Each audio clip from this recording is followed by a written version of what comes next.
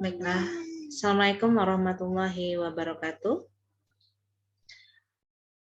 Untuk mata kuliah sistem operasi pada hari ini kita akan membahas tentang partisi memori, di mana partisi memori ini salah satu dari materi manajemen memori.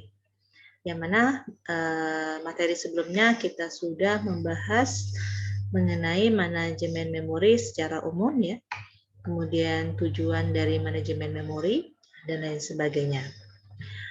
Oke, jadi untuk hari ini kita melanjutkan materi dari manajemen memori yang kedua, yaitu tentang partisi memori.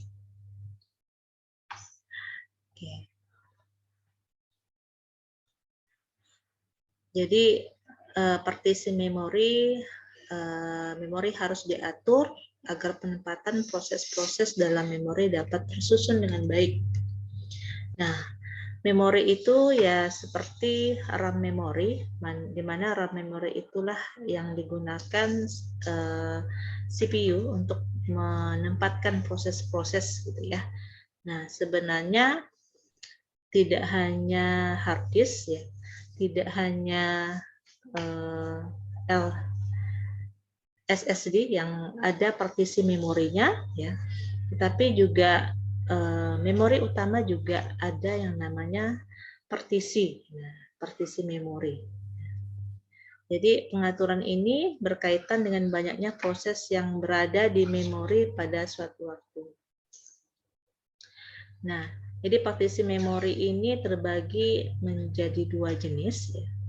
Ada partisi tetap dan partisi dinamis. Nah, jadi ada dua yang akan kita jelaskan pada hari ini. Nah, jadi tujuan dari kita mempelajari partisi memori ini ya, di mana partisi memori ini dilakukan pembagian ya di bagian RAM ya atau memori utama, di mana tujuannya itu supaya CPU ya ketika dalam mengeksekusi suatu proses dan dilakukan penempatan memori itu secara cepat gitu ya. Nah, jadi tujuan proses dari penempatan memori itu dapat dilakukan secara efektif dan efisien dengan adanya partisi memori. Nah, oke, kita lanjut saja. Next slide berikut pertama adalah partisi tetap. Nah, jadi partisi tetap ini cara yang paling mudah adalah dengan membagi memori ke dalam beberapa partisi dalam ukuran yang tetap. Nah, jadi cara ini memungkinkan pembagian yang tidak sama rata. Nah, gitu ya, tidak sama rata. Oke. Jadi, nah kalau kita lihat di gambar ini, bahwa pembagian partisi itu ya, di bagian partisi tetap ini ya, di bagian RAM ini, itu pembagiannya tetap ya. Nah, tetap. Nah, misalnya pembagian partisi khusus di bagian sistem operasi, di mana di sini untuk penempatan proses-proses ya. Kemudian ada partisi 1, partisi 2, partisi 3, dan partisi 4. Nah, di sini ada 5 partisi ya, di mana setiap partisi ini sudah ada labelnya ya. Misalnya di partisi 1 ini khusus untuk menangani misalnya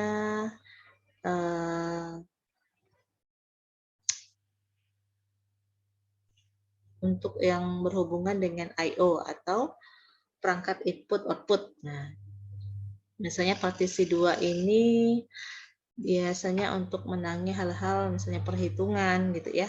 Nah, dan lain sebagainya untuk partisi misalnya 3, 4 dan lain sebagainya. Jadi setiap partisi itu mempunyai labelnya masing-masing. Nah, jadi beda fungsinya gitu ya. Nah, jadi dan ukurannya juga tetap gitu ya. Nah, jadi tidak sudah ditentukan gitu ya, dan tidak diubah seperti itu. Nah, ketika komputer posisinya hidup atau mati, tetap RAM-nya dibagi partisi ukurannya seperti ini. Jadi sudah fix gitu ya. Nah kemudian untuk metode bagaimana proses itu masuk itu ada dua ya. Pertama adalah antrian input banyak, yang keduanya itulah antrian input tunggal. Nah, jadi bentuk antriannya ada dua macam di sini ya, kalau untuk partisi tetap. Nah, kalau antrian input banyak ya, nah tergantung dari proses apa yang dilakukan. Misalnya untuk proses yang dilakukan berkaitan dengan perhitungan gitu ya. Jadi dia masuk ke partisi kedua gitu ya. Nah, jadi antrian itu langsung sesuai dengan apa yang dilakukan proses itu yang berhubungan dengan apa seperti itu ya. Nah, misalnya kalau berhubungan dengan input output dia akan masuk ke partisi 1. Dia akan mengantri. Nah, jadi sesuai dengan labelnya ini. Nah, jadi seperti itu. Nah, kemudian untuk bentuk antrian yang kedua adalah antrian input tunggal. Nah, di sini proses-proses itu dalam satu jalur atau satu baris, di mana yang terdepan ini akan masuk ke partisi sesuai dengan yang sudah ditentukan. Misalnya kalau untuk proses yang berhubungan dengan input output, dia akan masuk ke partisi 1. Kalau untuk proses yang berkaitan dengan perhitungan gitu ya, dia akan masuk ke partisi kedua dan lain sebagainya. Jadi untuk bentuk antriannya itu ya, kalau input tunggal itu seperti satu jalur, di mana yang terdepan inilah yang akan langsung masuk ke partisi ya. Nah, seperti itu. Jadi ada dua skema bentuk antrian pada partisi tetap. Oke, jadi partisi tetap ini sebenarnya juga memiliki kekurangan ya. Kurang mengoptimalkan memori ya sebagai sumber daya karena seringkali terjadi partisi yang cukup besar dialokasikan untuk proses dengan ukuran yang lebih kecil sehingga sisa dari partisi tersebut tidak digunakan. Nah, misalnya ya, ada satu proses yang memang memiliki ukuran yang lumayan besar gitu ya. Sementara untuk partisi yang disediakan itu kecil gitu ya. Nah, jadi kurang optimal. Nah, karena tadi pengalokasiannya kurang pas seperti itu. Kemudian sebaliknya ada proses yang ukurannya kecil, tetapi untuk partisi yang disediakan itu cukup besar. Maka, nah ini juga kurang efektif ya, karena masih banyak sisa space yang bisa digunakan untuk proses yang lebih besar gitu. Jadi juga kurang efektifnya karena memang untuk partisi tetap ini memang sudah ditentukan gitu ya. Nah, sudah ditentukan, jadi belum begitu bisa mengoptimalkan memori sebagai sumber daya. Itu kekurangan dari partisi statis atau tetap. Lanjut, kita akan bahas tentang partisi dinamis.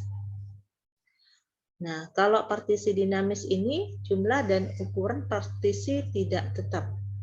Jadi bisa ada yang kecil, ada yang besar seperti itu ya. Nah, kemudian kumpulan lubang-lubang ruang memori kosong dalam berbagai ukuran tersebar di seluruh memori sepanjang waktu. Nah, ini mungkin kekurangan dari partisi dinamis ya. Jadi partisi dinamis ini juga ibaratnya ada lubang-lubang kecil atau ibaratnya memori yang kosong gitu ya, yang tidak bisa diisi.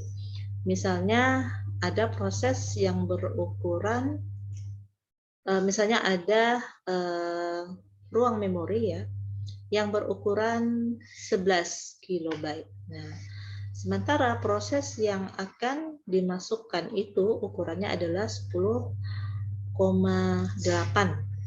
kilobyte. Nah, jadi masih ada tersisa 0,2 kilobyte ini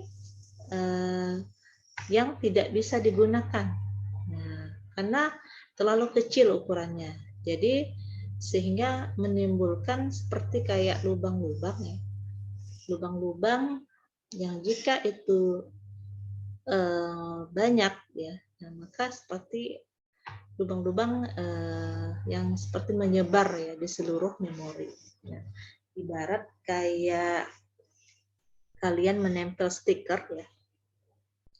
Nah, biasanya ada bubble-bubble yang mungkin di bagian permukaannya itu masih ada gitu. Nah, jadi ibaratnya masih ada ruang kosong yang belum terisi gitu ya. Nah, jadi bubble-bubble itulah yang diibaratkan seperti ruang kosong yang belum terisi. Nah, jadi itu mungkin kekurangan dari partisi dinamis. Apabila ada proses yang datang, sistem operasi akan mencari lubang yang cukup besar untuk menampung memori tersebut. Nah, jadi proses itu juga memiliki ukuran dan pasti penempatannya akan ditempatkan pada lubang yang cukup besar ya untuk menampung memori tersebut. Nah, jadi dicari yang benar-benar pas gitu ya, sesuai dengan ukuran prosesnya. Apabila lubang yang tersedia terlalu besar, maka ia akan dipecah menjadi satu bagian digunakan untuk menampung proses, yang satunya akan digunakan untuk bersiap-siap menampung proses yang lain, gitu ya. Jadi seperti itu. Jadi bisa dipecah menjadi dua. Nah, apabila ada dua lubang yang berdekatan, keduanya akan bergabung untuk membentuk lubang yang lebih besar. Nah, pada saat itu sistem harus memeriksa apakah ada proses dalam antrian yang dapat dimasukkan ke dalam ruang memori yang baru tersebut. Nah, terbentuk tersebut. Nah, jadi partisi dinamis ini ya, jadi bisa benar-benar bisa memanfaatkan memori yang kosong, misalnya kayak ada dua buah lubang yang berdekatan gitu kan, sehingga bisa membentuk lubang yang lebih besar. Jadi kalau ada sisa memori yang besar itu bisa digunakan untuk memasukkan proses-proses yang baru. Seperti itu. Baik, kita lanjut. Jadi untuk mengatasi masalah yang harus diperhatikan ya untuk alokasi penyimpanan dinamis adalah bagaimana memenuhi permintaan proses berukuran N dengan kumpulan lubang-lubang yang tersedia. Nah, jadi cara untuk mengatasi masalah tersebut ya ada beberapa algoritma. Pertama adalah first fit, kedua best fit, ketiga next fit, dan keempat adalah worst fit. Nah, jadi 4 algoritma yang dipakai untuk mengatasi masalah tersebut ya. Nah, untuk mengatasi kumpulan lubang-lubang yang tersedia tadi. Baiklah, di sini Ibu akan menjelaskan. Nah, di sini adalah metode algoritma yang pertama, yaitu first fit. Nah, di sini tersedia, ini ibarat kayak RAM ya. RAM-nya ini terdiri dari beberapa ukuran memori. Yang putih ini adalah ukuran memorinya, ya. Yang hijau ini adalah memori yang sudah terisi, ya. Berarti sudah terisi memori yang hijaunya ya. Nah, yang putihnya ini seperti 8KB, 22, 16, 22, 14, 48. Nah, ini adalah memori yang masih kosong, ya. Nah, di sini kasusnya adalah bagaimana penempatan 16 kilobyte ini ke dalam memori. Nah, jadi ini blok terakhir yang dialokasikan. Nah, ini adalah proses penempatan proses ke dalam memori itu ada di blok ini ya. Di antara 16 KB dan 22 KB ini sudah terisi yang terakhir kali ya dialokasikan. Nah, untuk metode first fit, nah jadi scanning dari awal. Nah, maksudnya di sini adalah CPU ya akan men-scanning ya, akan mencari lubang memori pertama kali. Nah, di first fit, jadi dia mencari lubang pertama kali yang benar-benar sesuai dengan ukuran ya yang akan dimasukkan. Jadi proses yang akan dimasukkan ini sebesar 16 kilobyte. Maka dia akan men-scanning yang pertama adalah 8 kilobyte. Nah, kalau 8 kilobyte itu terlalu kecil. Nah, maka dia akan melakukan scanning berikutnya adalah di kedua ini, di 22 kilobyte. Nah, kalau kita lihat ukurannya, berarti cukup ya, 22 kilobyte ini bisa untuk memasukkan proses yang berukuran 16 kilobyte. Nah, jadi metode ini adalah first fit, dia akan men-scan pertama kali sampai menemukan lubang yang benar-benar bisa untuk dimasukkan, gitu ya. Nah, itu metode first fit. Nah, kemudian metode selanjutnya adalah best fit. Nah, metode best fit ini adalah metode jadi metode best fit adalah mencari setiap lubang ini ya. Misalnya ada 8 kilobyte, 22 kilobyte, 16 kilobyte, kemudian ada 22 kilobyte, 14 dan 48. Jadi dia harus men-scan semua ya lubang-lubang yang kosong tadi untuk menempatkan 16 kilobyte. Nah, yang pertama 8, yang kedua 22, dan yang ketiga adalah 16. Nah, maka dia akan mencari memori yang pas ya, berarti yang minimal. Kalau 22 ini kan terlalu besar, walaupun memang bisa untuk ditempati. Kemudian dia masih tetap mencari. Ya. Nah, ketemulah dengan 16 kilobyte. Maka ini yang akan dimasukkan prosesnya, yaitu di 16 kilobyte. Misalnya di sini 16,2 gitu kan. Nah, maka ini yang akan dimasukkan. Ya, walaupun memang ada kelebihan komanya gitu ya. Nah, jadi best fit adalah dia akan men-scanning semuanya dari awal sampai akhir. Kemudian untuk mencari yang minimal gitu ya. Nah, misalnya kalau 16 berarti minimalnya 16. Yaitu metode best fit. Nah, selanjutnya adalah next fit. Jadi metode next fit ini dia akan menempatkan proses itu setelah blok terakhir yang dialokasikan. Nah, misalnya blok terakhir yang dialokasikan ini adalah di sini ya. Nah, di sini. Nah, kemudian karena next ini adalah selanjutnya, maka dia akan mencari blok terakhir yang sudah ditempatkan. Berarti setelah ini berarti dia akan mencari di lubang berikutnya, misalnya 22 kilobyte. Nah, 22 kilobyte ini kira-kira bisa enggak untuk memasukkan 16 kilobyte. Nah, karena bisa, ya next pick ini akan langsung memasukkan 16 kilobyte itu, proses yang 16 kilobyte itu masuk ke 22 kilobyte. Nah, itu next fit. Jadi, proses yang terakhir itu, ketika sudah dimasukkan, blok yang terakhir yang sudah dialokasikan, maka metode next fit ini adalah dia akan mencari selanjutnya.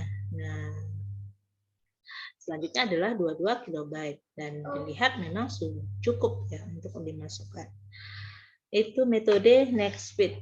Selanjutnya yang terakhir adalah metode worst fit.